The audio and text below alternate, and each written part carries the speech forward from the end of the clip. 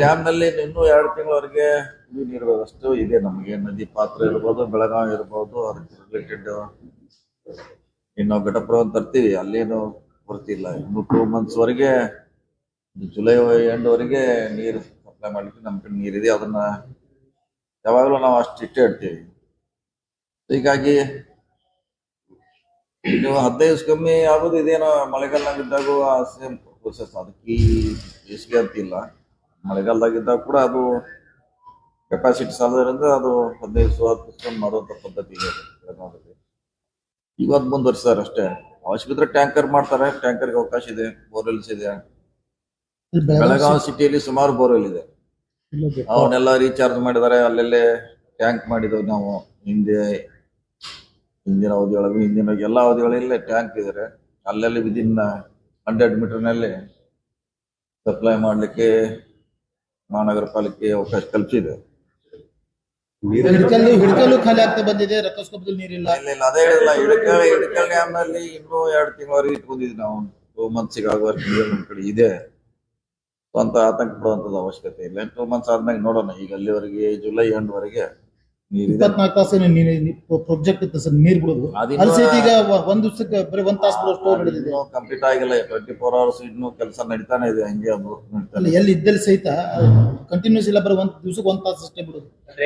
ನೀರಿನ ಕೊರತೆಯಿಂದ ಅಂತ ನೀರು ಕೊರತೆ ಎಲ್ಲ ಕೆಪಾಸಿಟಿ ಕಡಿಮೆ ಇದೆ, ಸಪ್ಲೈ ಡಿಮಾಂಡ್ ಜಾಸ್ತಿ ಇದೆ. ಹಿಂಗಾಗಿ ಅದು ನೀವು ಹೇಳ್ದಂಗೆ 1 hour ಕೊಡ್ತಾರೆ. ಈ ಎಲ್ಲಾನು ಸಮಾಧಾನ ಮಾಡ್ಲಿಕ್ಕೆ 10 ದಿವಸ ಕಮ್ಮಿ ರೊಟೇಷನ್ ಮಾಡ್ತಾರೆ. ಹಿಂಗಾಗಿ ನೀರಿನ ಕೊರತೆ ಇಲ್ಲ, ನಮ್ಮಲ್ಲಿ ಸಪ್ಲೈ ಮಾಡುವಂತ ಸಿಸ್ಟಮ್ ಇಲ್ಲ. ಅಕಸ್ಮಾತ್ ಪರಿಸ್ಥಿತಿ ಗಂಭೀರತೆ ಆದ್ರೆ ಏನ್ ತಯಾರಿ ಮಾಡ್ಕೊಂಡ್ರಿ ಅಂತ.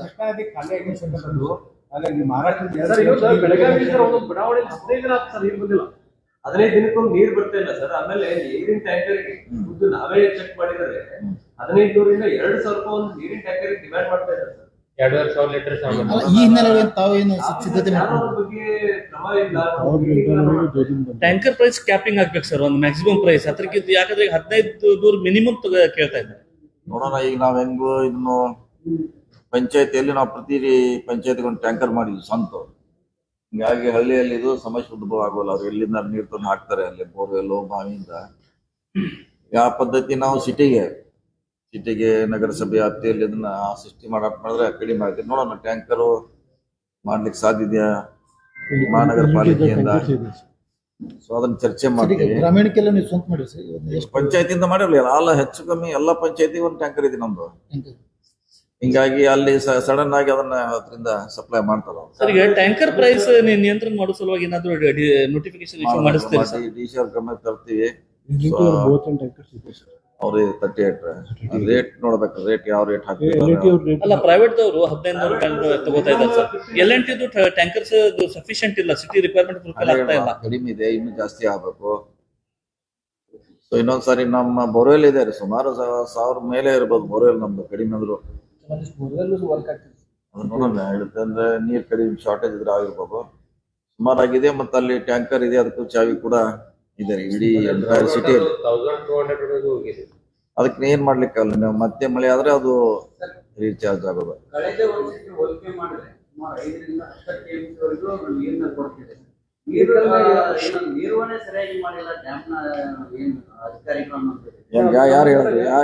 ಸ್ಟೋರೇಜ್ ದಿನ ಫಿಗರ್ ಬರ್ತಾವ ಸರ್. ಟೈಮ್ಗೆ ನೀರು ಬರ್ತಾ ಇತ್ತು. ಈ ಟೈಮ್ಗೆ ಹಿಂದೆ ಸುಮಾರು 15 ದಿವಸ ಹಿಂದೆ ನೀರು ಸ್ಟಾರ್ಟ್ ಆಗಿತ್ತು. ಹಂಗಾಗಿ ನಮ್ಗೆ ಈಗ 15-20 TMC ನೀರಿತ್ತು. ಈಗ ನೀರೇ ಎಲ್ಲ ಹಿಂದೆ ಬರೋದು. ಈಗ ಅದಕ್ಕೆ ಕಡಿಮೆ ಮಾಡಿಸ್ತದೆ ನಿಮಗೆ. ಹಂಗ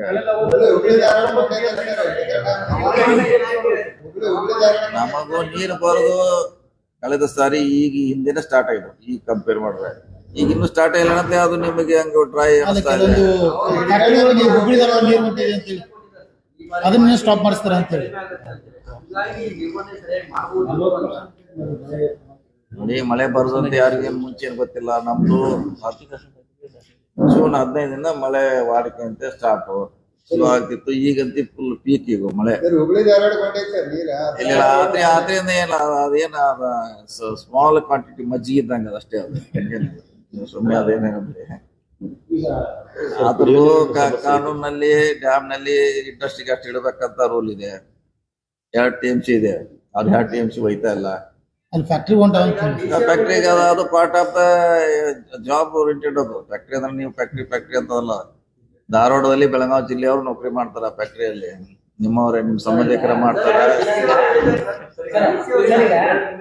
ಅಧಿಕಾರಿಗಳು ಹೇಳುವಂತದ್ದು ಏನಂತಂದ್ರ ಈಗ ಆಲ್ರೆಡಿ ಏನ್ ಕೈಗಾರಿಕೆಗೆ ಹೋಗ್ಬೇಕಾಗಿತ್ತು ಅಟ್ ಅಲಾಟ್ಮೆಂಟ್ ಆಗ್ಬಿಟ್ಟಿದೆ. ಕರೆಕ್ಟ್. ಇದು ಎಕ್ಸಸ್ ಆಗಿ ತಗೊಂಡು ಹೋಗ್ತಾ ಇದಾರೆ ಅಂತ ಹೇಳಿ ಎಕ್ಸಸ್ ತಗೊಂಡ್ ಹೋಗ್ಲಿಕ್ಕೆ ಅದ್ರಾಗ ಚಾರ್ಜ್ ಇಲ್ಲ. ಪೈಪ್ ಎಷ್ಟಿದೆ ಅಷ್ಟ ಹೋಗ್ಬೇಕ್ರದ. ಹೆಂಗ್ ಅವ್ರ ಎಕ್ಸಸ್ ಈಗ ಏನು 9 ಇಂಚ್ ಏನು 12 ಇಂಚ್ ಪೈಪ್ ಇದೆ. ಅದು 365 ಡೇಸ್ ಮಾಡಿದ ಡಿಸೈನ್ ಅದು.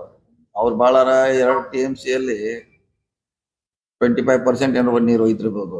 ಇನ್ನು 1.75 ಅವ್ರಿಗೆ ನೀರು ಇದೆ. ಅದು ಡ್ಯಾಮ್ ನಲ್ಲಿ ಇಂಡಸ್ಟ್ರಿಗೆ ರಿಸರ್ವ್ ಮಾಡಿರುವಂತ ಕೋಟಾ ಅದು. ಆ ಕೋಟಾದಲ್ಲಿ ಅವ್ರು ಹೋಯ್ತಿದ್ದಾರೆ. ಇನ್ನು ಅದಕ್ಕೆ ಯಾರು ಹೋಗಿದೆ ಅಂತ ಹೇಳಿ ಹೇಳ್ತಾರೆ ಸರ್. ಆಫ್ ದ ರೆಕಾರ್ಡ್ ಇಲ್ಲ ಇಲ್ಲ ಇಲ್ಲ ಇಲ್ಲ ಇನ್ನೂ ಅವ್ರದ್ದು ಕೈಗಾರಿಕೆಗೆ ಏನ್ ಕೊಡ್ಬೇಕಾಗಿದೆ ಆ ಅಲಾಟ್ಮೆಂಟ್ ಮುಗಿದೋಗಿದೆ.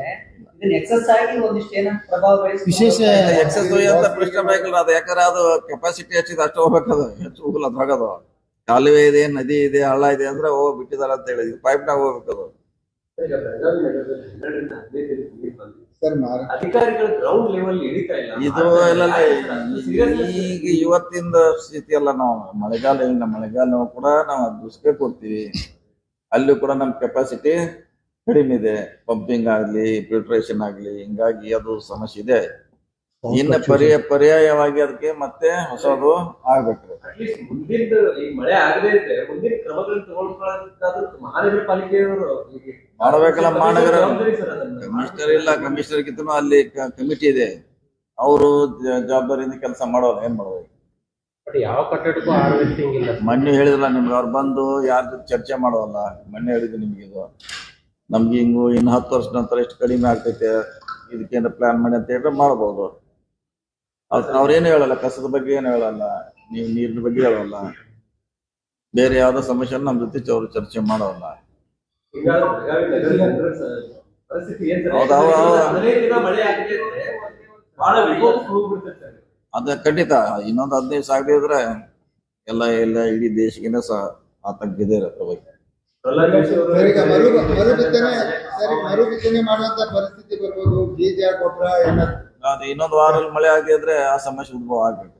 ಇನ್ನೊಂದು ವಾರ 10 ದಿವಸ ಮಳೆ ಆಗದೆ ಹೋದ್ರೆ ಬಿತ್ತಿದ್ ಮಾತ್ರ ಎಲ್ಲ ವೇಸ್ಟ್ ಆಗುತ್ತೆ.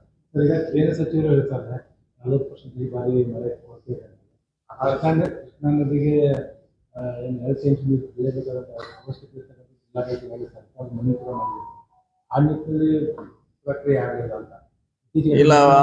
ಈಗ ಎಲ್ಲಾರು ನಮ್ಮ ಟ್ರೈ ಮಾಡಿದಾರೆ. ಅವ್ರದೇ ಬಾಂಬೆದಾಗೂ ಲೆಕ್ಕ ಮಾಡಿ ಅವ್ರು ನೀರು ಕೊಡ್ತಾ ಇದಾರೆ.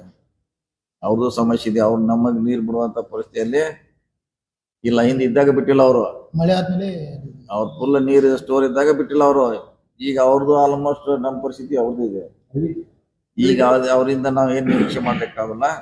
ಮುಂದಿನ ದಿನಗಳಲ್ಲಿ ಹೆಂಗ್ ಸರಿ ಮಾಡ್ಬೇಕು ಅನ್ನೋದು ಯೋಜನೆ ಮಾಡ್ಬೇಕು. ಮೊನ್ನೆ ಸಿಎಂ ಹೋದಾಗ ಮತ್ತೆ ಮಾಡ್ತಾರೆ ಅಂತ ಇಲ್ಲ ಇಲ್ಲ ಅವ್ರ ಮ್ಯಾರೇಜ್ ಹೋಗಿದ್ರು. ಅದ್ರ ಬಗ್ಗೆ ಚರ್ಚೆ ಮಾಡಿಲ್ಲ.